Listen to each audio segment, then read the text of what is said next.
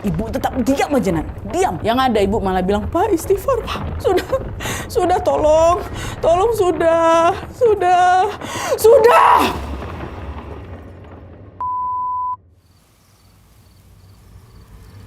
Hai, wassalamualaikum warahmatullahi wabarakatuh. Terima kasih sudah klik video ini. Seperti biasa di malam ini aku akan membawakan satu lagi kisah horor Wawa part selanjutnya, Wak ya. Sekilas ini tuh cuma cerita tentang keluarga sederhana yang tinggal di rumah panggung di sebuah desa kecil. Ada bapaknya, ibunya, dan juga anak-anaknya yang lumayan banyak, Wak. Tapi pelan-pelan ada hal-hal kecil yang mulai berubah di rumah itu. Suara malam yang biasanya ramai mendadak hilang. Rumah berasa sesak padahal rumah tuh lagi sepi. Sakit misterius yang tiba-tiba menjerat salah satu anggota keluarga.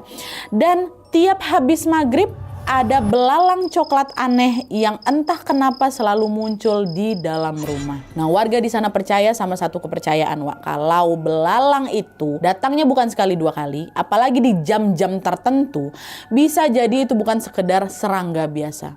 Disitulah keluarga ini pelan-pelan mulai merasa mungkin yang mereka hadapi itu bukan cuma soal gangguan kecil dan sakit misterius aja, tapi ada sesuatu yang datangnya dari arah lain. Apa yang sebenarnya terjadi sama keluarga ini dan apakah kemunculan belalang di waktu dan jam tertentu ini ada kaitannya? Penasaran sekalian sama kisahnya ya kan? Jadi tanpa berlama-lama kita langsung masuk aja ke ceritanya ya. Check it out.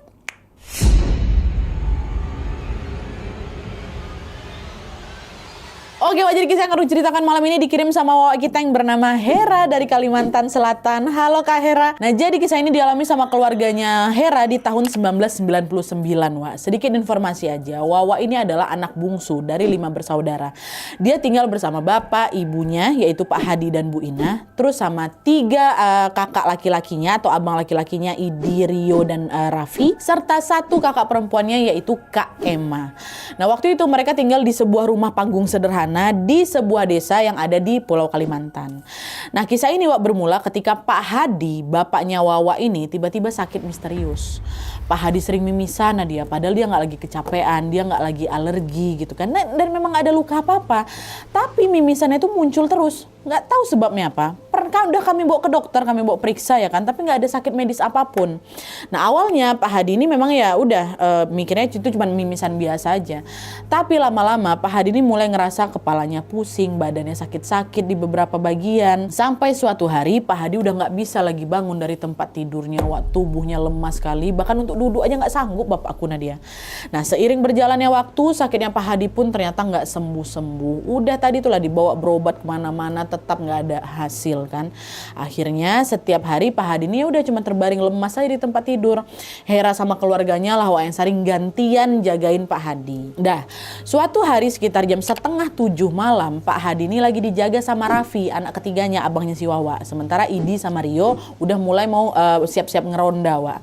Emma, kakaknya, lagi ada di kamarnya. Hera sama ibunya lagi pergi keluar bentar. Terus sekitar jam 8 malam, Hera sama ibunya ini, Bu Ina, baliklah itu ke rumah, Wak. Nah, Bu Ina langsung masuk ke dalam kamarnya ngegantiin Raffi buat ngejagain suaminya, Pak Hadi. Karena kebetulan Raffi ini juga mau nyusul kakak-kakaknya ke pos ronda. Sementara si Hera langsung pergi ke dapur, mau ngambil air. Nah, waktu di dapur, Hera lihat ada kakaknya lagi masak, Kak Emma. Dan setelah itu, udah ambil air, Hera balik lagi, Wak, ke ruang tamu untuk rebahan sebentar. Jadi di malam itu tuh cuma ada 4 orang, Wak, ya. Hera ada di ruang tamu, Kak Emma lagi ada di dapur, Bu Ina sama Pak Hadi lagi ada di kamarnya. 3 abangnya lagi ngeronda. Dah. Nah, waktu si Hera ini masih di ruang tamu, awalnya masih tenang-tenang aja Nadia. Aku rebahan di kursi sambil aku baca buku. Dan malam itu juga cukup cerah, makanya Hera ini bisa dengar suara-suara serangga, suara-suara jangkrik dari arah kebun belakang rumah mereka. Tapi entah kenapa makin malam, Nat, suasana di sekitar rumah tuh makin sunyi. Udah nggak ada lagi tuh suara-suara serangga. Biasanya nggak pernah kayak gitu. Di situ udah agak heran aku, kenapa ya, kenapa kayak gini? Nah, terus tiba-tiba nggak enak perasaannya. Dia ingat sama pepatah, alam yang terlalu sunyi bisa jadi pertanda buruk. Teringat aku sama pepatah itu. Ditambah lagi Hera ini juga udah mulai ngerasa hawa udara di ruang tamu aku tuh, nah dia macam pengap kali, lagi macam banyak orang. Padahal aku cuma sendiri di ruang tamu tuh. Nah, nggak lama dari situ tiba-tiba Hera ngeliat foto keluarga mereka yang nempel di dinding itu goyang, keret, macam kena angin. Padahal jendela rumah juga udah mulai ketutup kan, udah malam ya kan. Awalnya Hera masih pikir positif, oh mungkin tadi kesenggol cicak atau tokek mungkin ya. Tapi waktu Hera mikir kayak gitu, Wak, tiba-tiba aja Hera dengar suara bapak ya, Pak Hadi teriak, aduh bu sakit perut aku nggak kuat bu, sakit. Panik sih Hera, mau disamperin bapak di kamar. Baru aku bangun dari kursi tamu tuh, nah dia tiba-tiba rumah aku bergoyang pula, berguncang macam gempa. Dan di saat yang sama juga dengar suara pohon besar tumbang dari belakang rumah. Wah gitu lah. Panik lah si Hera, weh gempa bu, gempa kak gempa, ayo cepet keluar gitu kan.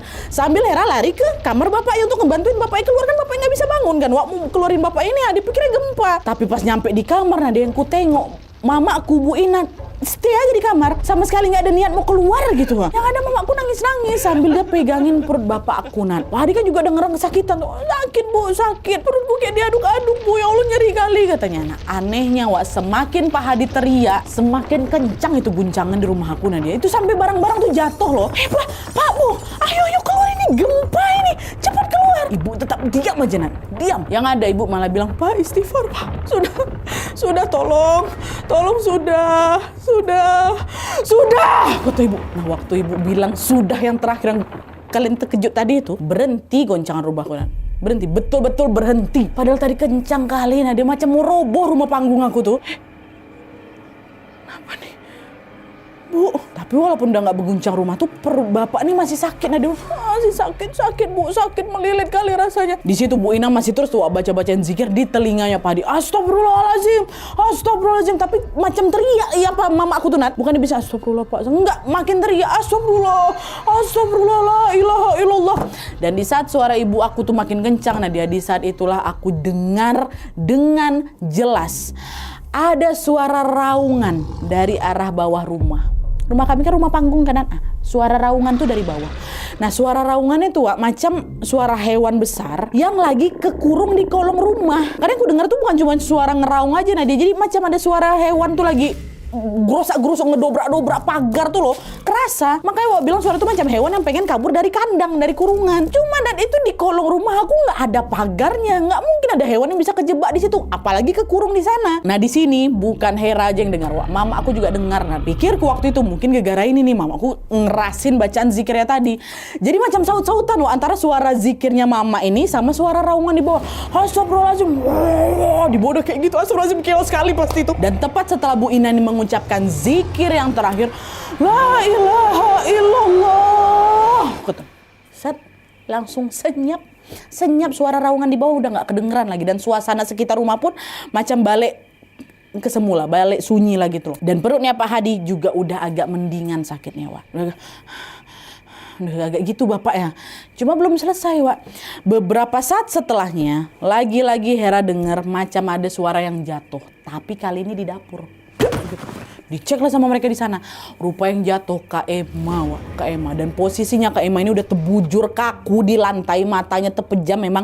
Dan waktu badannya dipegang Wak, keras sekali badan kakakku, nah dia macam batang kayu. Panik lah Hera sama mamanya. Bu Ina pun langsung ngegoyangin badannya. Nak bangun, nak. Baca-bacain doa, Emma nggak sadar-sadar Wak. Oh di situ Bu Ina langsung marah kali. Bahkan baru kali itu aku tengok mama aku tuh bisa semarah itu. Nah dia ngomong apa? Hera, kau tunggu di sini bentar ya. Kau jagain kakakmu, ibu mau jemput 3 abangmu. Kata sih itu. Baru itu mamaku ngebentak, dan baru itu juga aku tengok mamaku semarah itu. Habis bilang kayak gitu, Bu Ina langsung pergi ke pos ronda Wak. Dan gak lama dia balik nih sama Idi, Rio sama Raffi, abangnya si Wawa kan. Nah waktu mereka berempat nih balik, ketiga abangnya itu udah muka udah marah kali. Marah mereka. Mereka sempat ngecek kondisi Pak Hadi bentar, terus baru mindahin Emma ke kamarnya. Nah gak lama salah satu di antara mereka bilang, udah kelewatan ini Bu. Udah kita datengin aja lo ya rumahnya. Kata Rio. Raffi langsung setuju tuh Wak, siapa yang si Wawa ini kan. Mereka ngambil parang ngambil minyak tanah, ngambil korek api, buru-buru keluar rumah. Di sini aku masih belum ngerti ngapa abang-abang aku, mama aku bisa semarah itu sampai bawa parang pula abangnya ya kan. Hera takut kalau ketiga abang ini bakal nyelakain orang, jadi aku ikutin aja lah, pengen ngikut keluar nih Wak. Baru aja aku beranjak dah, jangan diam kok Hera, kau tunggu di rumah sama ibu, kita jagain Emma sama bapak, kata ibunya. Jadi udah nggak Wak, mau nggak mau Hera pun tetap stay di rumah. Bu Ina ngajakin si Hera langsung baca Al-Quran biar si Emma ini bisa sadar gitu. Emang nggak sadar kaku kayak gitu dia. Untungnya sekitar tengah malam gitu Kak Emma ini siuman. Badannya juga udah nggak kaku-kaku lagi. Nah di saat yang sama perutnya Pak Hadi juga udah nggak sakit. Pak Hadi udah agak tenang. Nggak berselang lama, Idi, Rio, Raffi balik ke rumah. Wajah mereka masih marah balik ya kan. Tapi setelah lihat Emma ini udah sadar dan bapak juga udah nggak sakit lagi, kelihatan agak redup mata ya, udah agak lega lah mereka. Waktu itu Hera nanya, "Bu ini kenapa bang, kenapa?" "Udah, kau istirahat aja, tidur kau. Bawa Kak Emma tidur sama kamu," kata gitu. Jadi malam tuh nggak diceritain sama mamanya apa yang sebenarnya terjadi gitu kan. Besok paginya, Heran tuh masih penasaran sama kejadian tadi malam ya kan. Dicek lah sama dia ke kolong rumah. Yuk nggak ada apa-apa, nggak ada tanda-tanda jejak hewan besar gitu loh, kayak apa yang dia bayangkan tadi malam.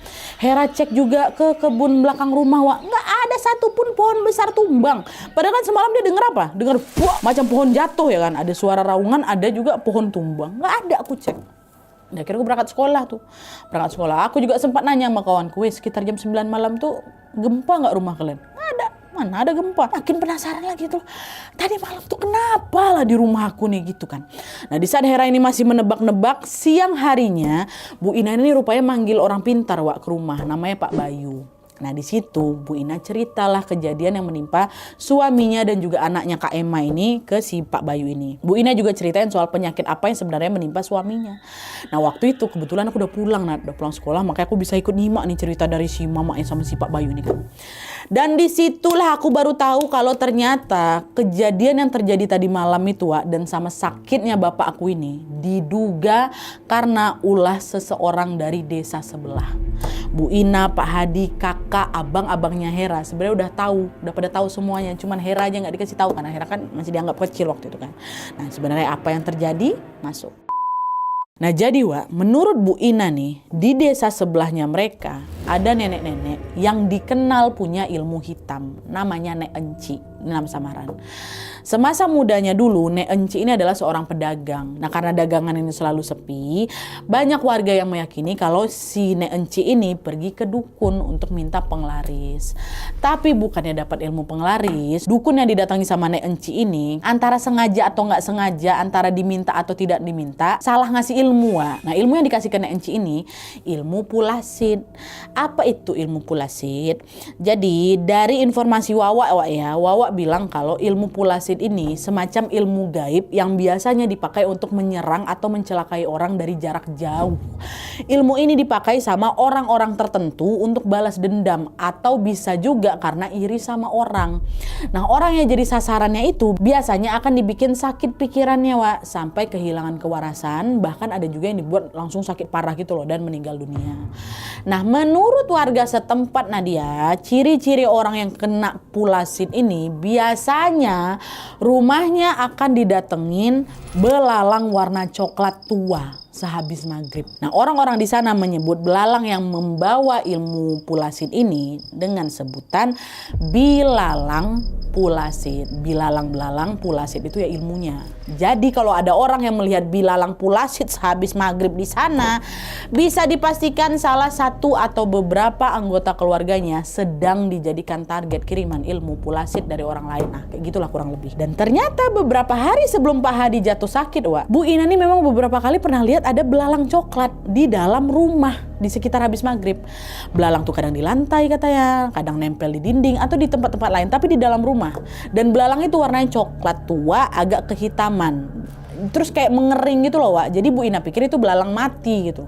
Nah barulah setelah suaminya mulai sakit makin parah pula, dibawa berobat kemana-mana gak sembuh-sembuh, Bu Ina jadi mikir kejadian kemarin, jangan-jangan sakitnya suami aku ini dibikin orang pakai pulasid.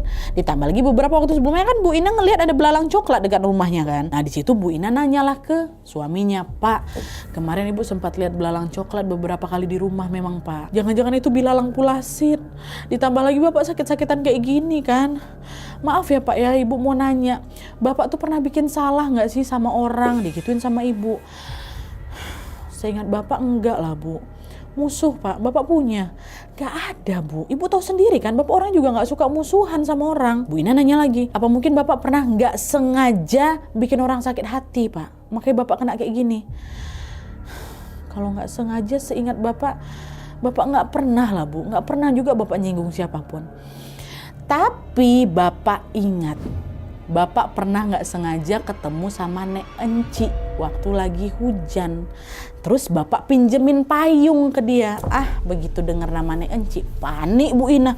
Soalnya Bu Ina nih tahu kalau Nek Enci terkenal punya ilmu pulasit. Cuman kan di sini suami aku ngebantuin kan minjamin payung. Kenapa malah suami aku diginiin dia? Kalau memang dia yang pelakunya ya. Nah di situ Pak Hadi cerita lagi, Wak, kalau sehabis dia minjamin payung ke Nek Enci, bukannya berterima kasih, Nek Enci ini malah marah. Buat apa kau ngasih aku payung? Gak usah sok baik kok ya. Gak ada gunanya kau baik sama orang. Orang lain aja gak ada yang mau bantu aku.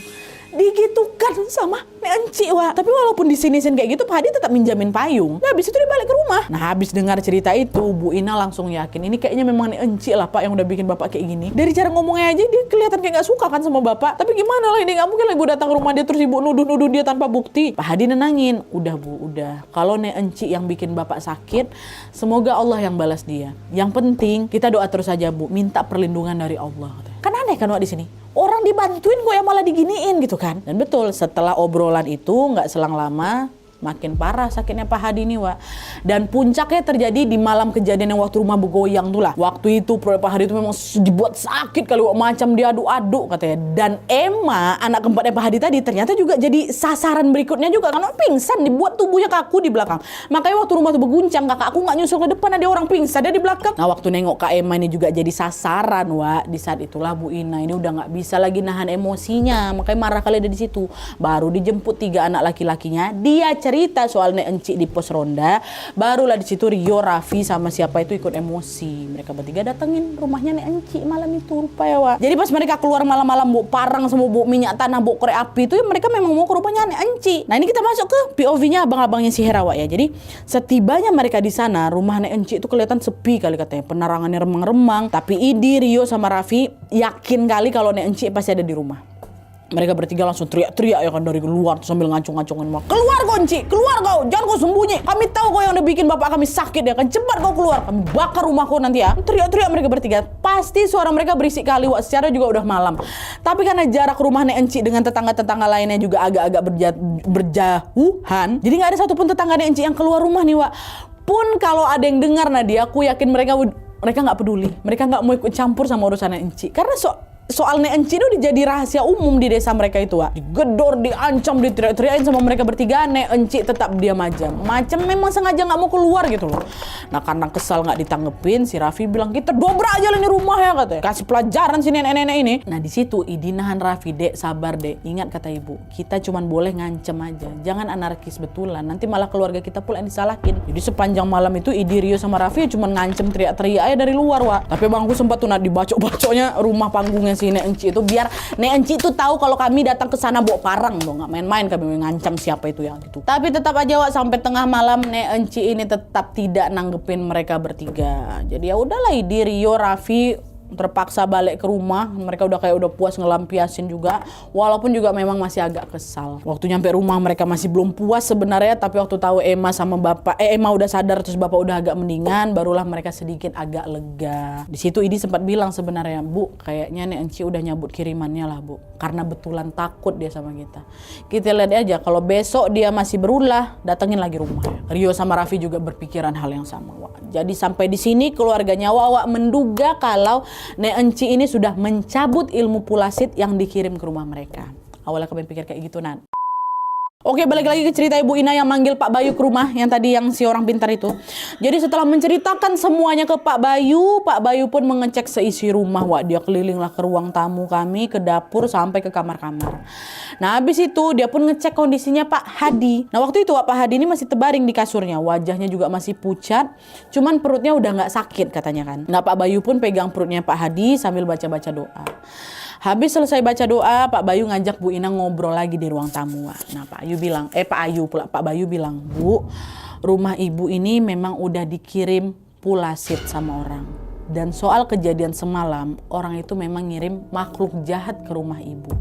Tapi karena ibu bacain zikir, baca doa-doa, makhluk jahat ini panik. Itulah dia ngerasukin Emma. Soalnya Emma memang lemah bulu Bu, gampang kerasukan. Cuman alhamdulillahnya gangguannya berhenti karena doa dan zikirnya ibu. Jadi rupanya Emma tuh kerasukan di belakang tuh. Pak Bayu bilang lagi, tapi saya nggak bisa mastiin siapa orangnya Bu. Kalau dari cerita ibu tadi kemungkinan besar memang Nek Enci lah yang ngelakuin itu. Cuman saya belum bisa mastiin gitu kan. Nah Bu Ina balas lagi, Pak saya yakin Pak dia orangnya. Cuma dia satu-satunya orang yang di dekat sini yang punya ilmu pulasid. Dia juga orang terakhir kok yang ketemu sama suami saya sebelum suami saya sakit-sakitan kayak gini. Pasti dia apa orangnya?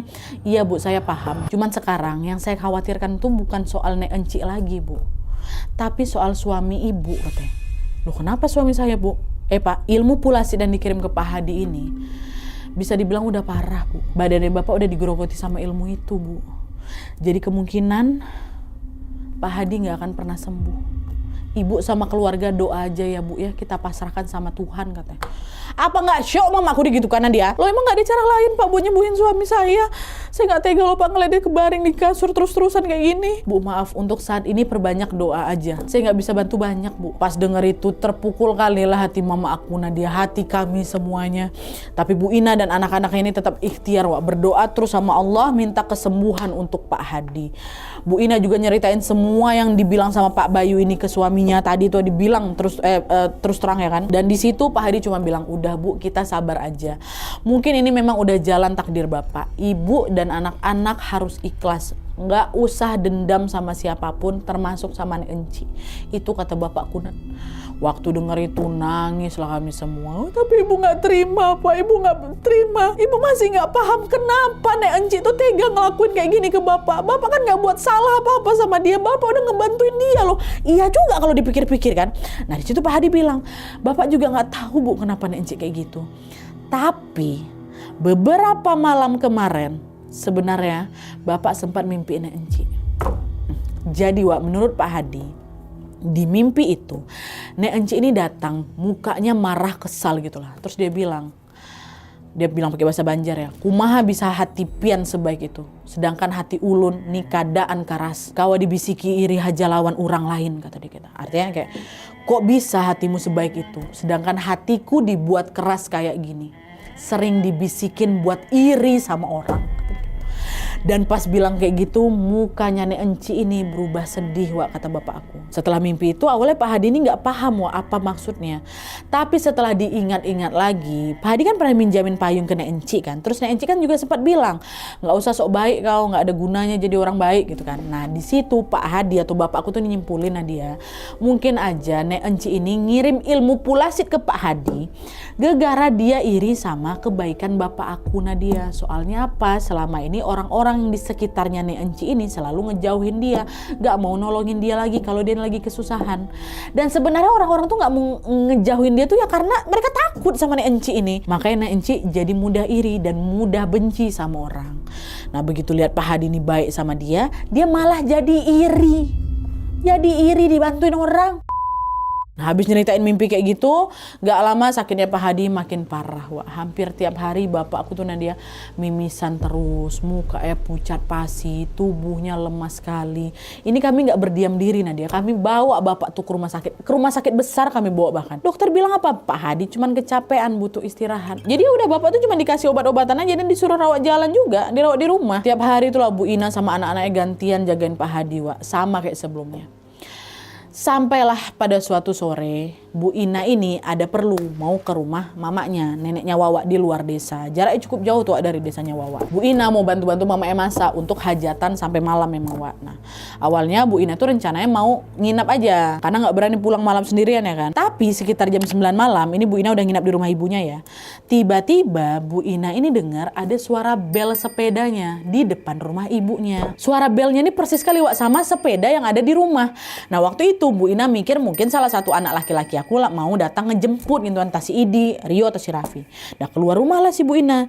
Nah pas dicek keluar ternyata yang datang naik sepeda itu Pak Hadi suaminya.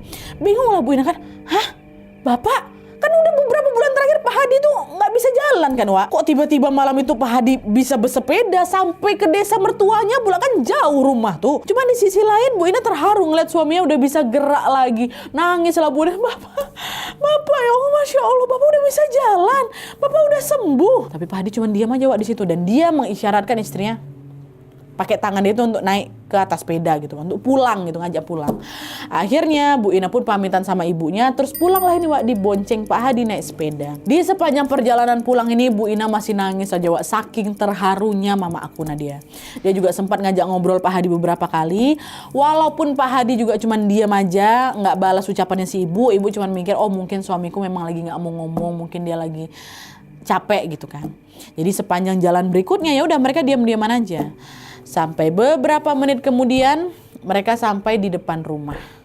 Pak Hadi turun dari sepeda, terus dia ngebasuh kakinya dulu, Wak, pakai air yang memang ada di depan rumah Nadia. Cuma di situ Bu Ina ini baru notice kalau kok macam ada yang aneh ya dari suami aku. Karena di situ Bu Ina lihat wajah, leher, tangan sama kakinya Pak Hadi tuh putihnya putih pucat kali gitu loh. Perasaan Bu Ina mulai nggak enak tuh, Wak. Tapi dia nggak mikir yang terlalu jauh ya. Namanya juga orang baru habis sembuh dari sakit yang lama, pasti pucat-pucatnya masih ada mungkin. Ya udah, ibu naiklah anak tangga kan rumah panggung tuh. Naik anak tangga, masuklah ke dalam rumah duluan. Buka pintu, Wak. Kaget Bu Ina sekaget-kagetnya karena ngelihat Pak Hadi lagi tergeletak di lantai depan rumah dalam posisi tidak sadarkan diri. Kakinya basah. Depan di dalam rumah. Astagfirullahaladzim, Bapak bangun. Digoyang-goyangin lah tubuhnya Pak Hadi kan, nggak kebangun-bangun Pak Hadi dalam rumah. Anak-anak mereka waktu itu udah tidur langsung kebangun semua kan, nyamperin bapak yang ada di ruang tamu ini, nyamperin ibunya juga. Mereka juga berusaha ngebangunin Pak Hadi, diangkat ke atas kasur. Pak bangun Pak, dicek apa segala macam. Udah nggak bernapas, Wak. Pak Hadi meninggal. Aduh Nadia, aduh Hera, aku pun histeris sekali pasti waktu itu. Ya Allah, langsung histeris semua di situ. Apalagi si Hera, karena di antara anak-anak yang lain dia, aku nih yang paling dekat sama bapak aku. Terpukul kali lah mereka semua di situ kan, Wak, meninggal bapak di situ. Mereka bahkan ngerasa bersalah karena malam itu tidak ada yang berjaga di kamarnya Pak Hadi. Sampai nggak tahu gimana caranya bapak aku tuh bisa sampai di ruang tamu dan meninggal di situ. Bapak kan nggak bisa jalan, susah.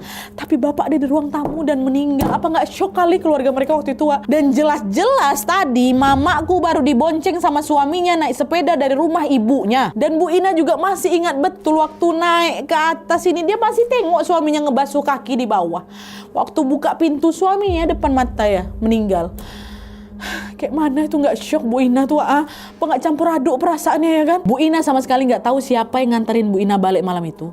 Waktu setelah kejadian itu juga dicek itu di bawah, nggak ada orang sama sekali. Sepeda pun nggak ada, Nak. Sepeda di belakang. Mama aku mikir mungkin aja itu adalah petunjuk dari Allah yang nunjukin kalau suami aku sudah meninggal, atau mungkin bapak itu mau supaya ibu pulang karena dia sudah meninggal.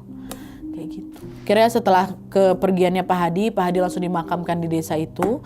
Dan beberapa tahun setelah Pak Hadi meninggal, Wak, Hera juga dapat kabar kalau Nek Enci diusir dari desanya karena dianggap sudah sangat meresahkan warga. Dan di mana Nek Enci sekarang, entah dia masih hidup atau dia udah nggak ada, nah dia aku juga sendiri nggak tahu. Tapi yang jelas setelah Nek Enci pindah, keluarga Wawa ini udah nggak pernah diganggu lagi, Wak. Dan di tahun 2016 kemarin, Bu Ina, ibunya Wawa, sudah menyusul belahan jiwanya yaitu Pak Hadi. Bu Ina sudah meninggal dunia dan sejak saat itu Hera dan kakak-kakaknya pindah ke Kalimantan Timur. Mereka juga masih sesekali balik lagi ke desa itu untuk ziarah ke makam orang tuanya. Kita doakan sama-sama semoga almarhum Pak Hadi dan juga almarhumah Bu Ina diterima di sisi Allah Subhanahu wa taala. Amin ya rabbal alamin. Oke, Wak, jadi itu tadi pengalaman horor yang dialami sama keluarganya Wawa. Untuk Hera dan keluarganya, Wak, semua yang mereka alami malam itu mulai dari bilalang pulasit, suara raungan di kolong rumah, gempa yang cuman mereka aja yang bisa ngerasain, sampai mimpinya Pak Hadi tentang Nek Enci, itu tuh pasti bukan cuma sekedar kebetulan, Nadia.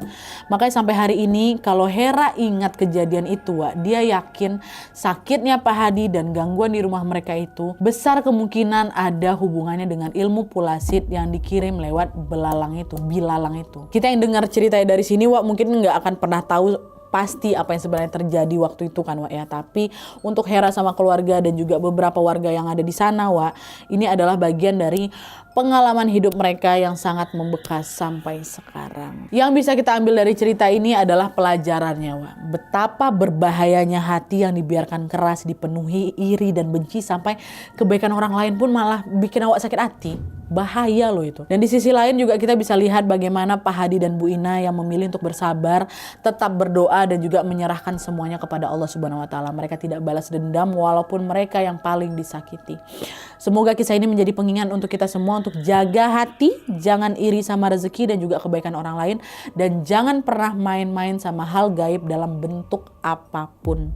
Kita doakan bersama-sama semoga almarhum Pak Hadi dan juga almarhumah Bu Ina berkumpul di jannah sana, diampuni dosa-dosanya dan diberikan tempat terbaik di sisi Allah Subhanahu wa taala. Dan tentunya keluarga Hera yang lain, Bang Idi, Rio, Raffi, Kak Emma, semoga selalu dilindungi oleh Allah Subhanahu wa taala juga. Amin ya rabbal alamin. Oke.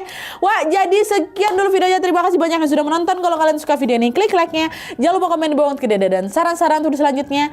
Jangan lupa nyalain notifikasinya supaya kalian tahu kalau upload video baru. And as always, jangan lupa untuk klik tombol subscribe supaya kalian sama-sama tahu informasi menarik dan menegangkan dari channel aku. See you next video. Bye.